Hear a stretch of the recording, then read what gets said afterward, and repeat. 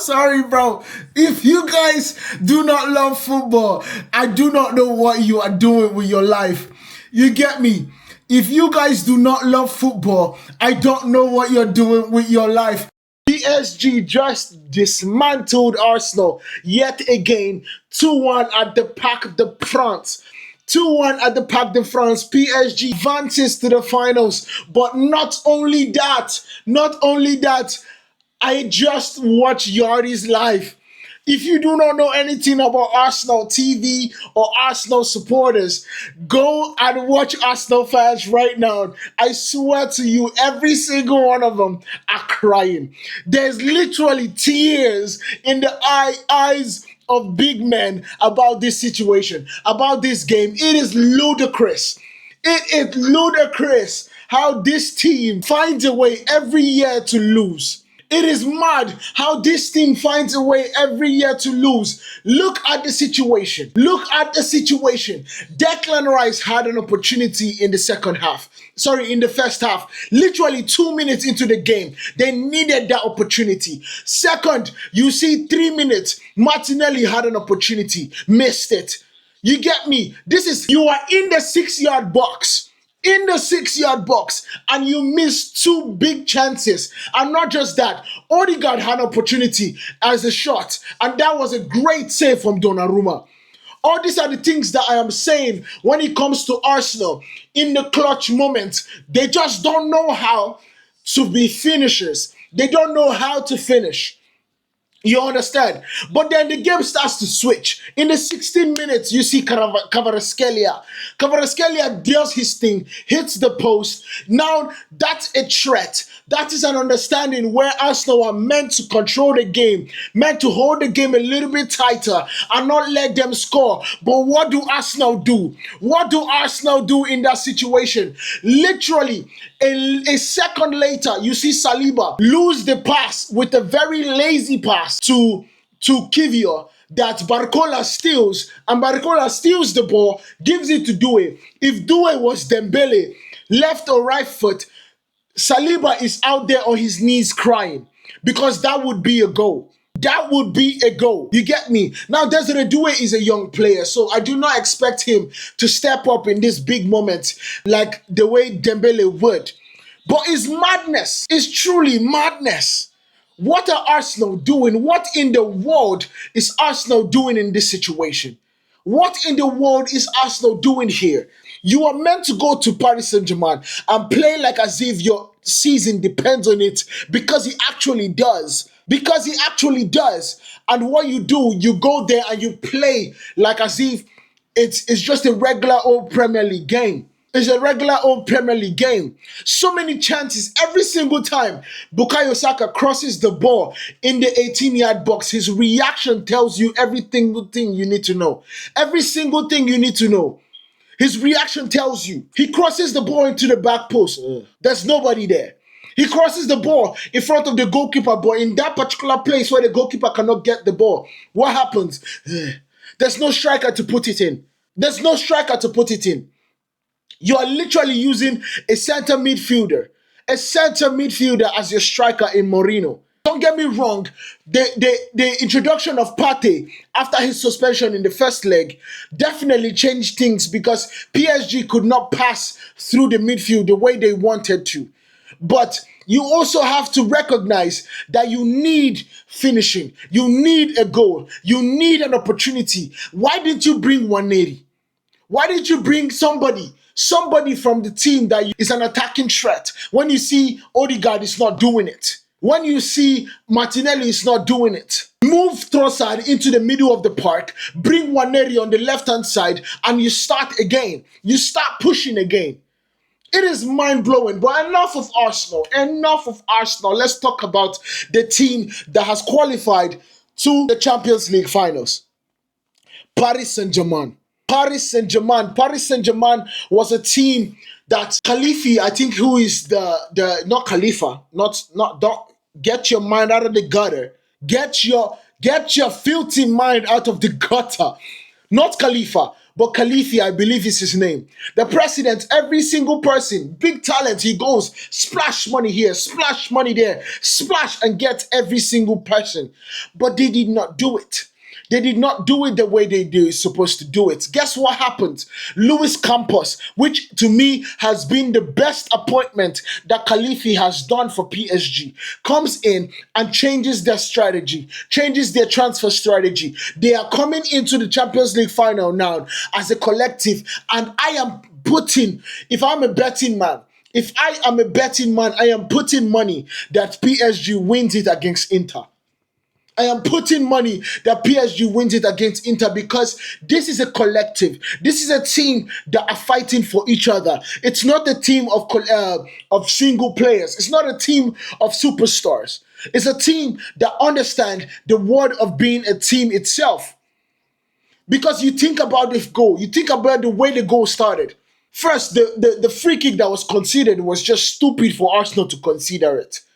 And then they get a free kick, they cross it in behind. The ball comes to Fabian Ruiz, a little chest to the side to his left foot. Martinelli goes there and literally does a plie. No, not a plie, but like a pirouette with his legs. Doesn't get the ball. And then you see a beautiful volley.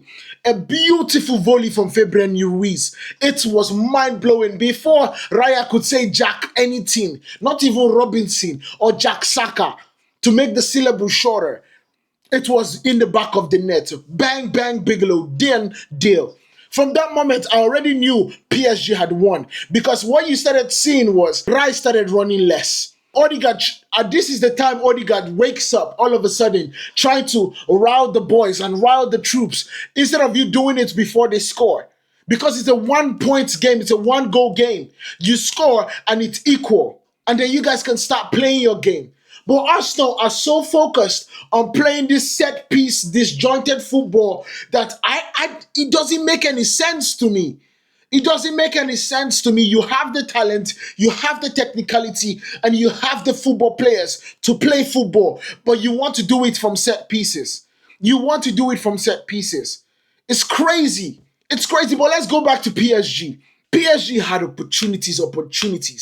Let me tell you something, their midfield might just be one of the best midfield in the entire world. In the entire world, Fabian Ruiz, of course, the goal was spectacular.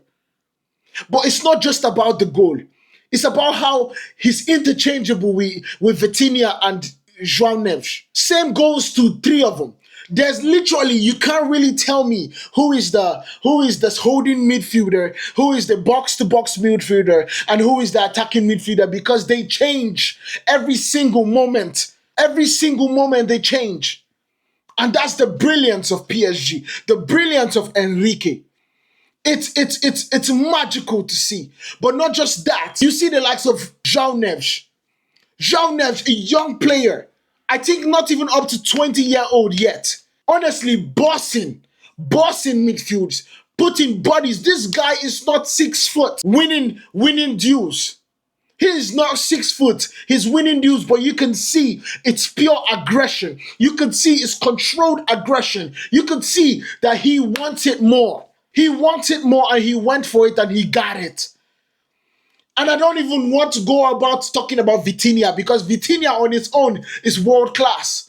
I understand he missed the penalty, but that was just the brilliance of Raya. The penalty was a well-taken penalty, don't get me wrong. It was going to the side of the net, but Raya waited his turn and waited for the ball to go towards where he was going to because Vitinha doesn't use power when it comes to his penalties. He got the ball right and he saved it. But that was when I realized, I was like, Arsenal can change this game. Saving a penalty like that and rile your team up. But guess what? Literally 5 minutes later, Hakimi comes down, gets the ball to Kvaratskhelia. Kvaratskhelia does his magic, crosses the ball back to Dembele. In the 18-yard box, Dembele passes the ball to Hakimi. Bear in mind, this is a right back. He is a right back.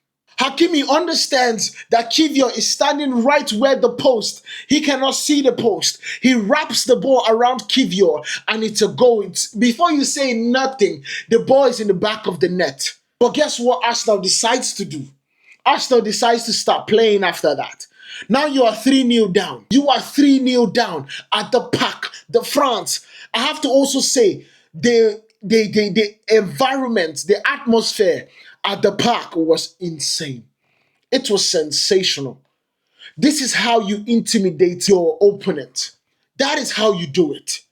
I am a Man United fan. I need Man United people that actually go into the game to start bringing drums, to start bringing their tifos, to start bringing something that would terrorize people for coming to excuse me, for coming to Old Trafford.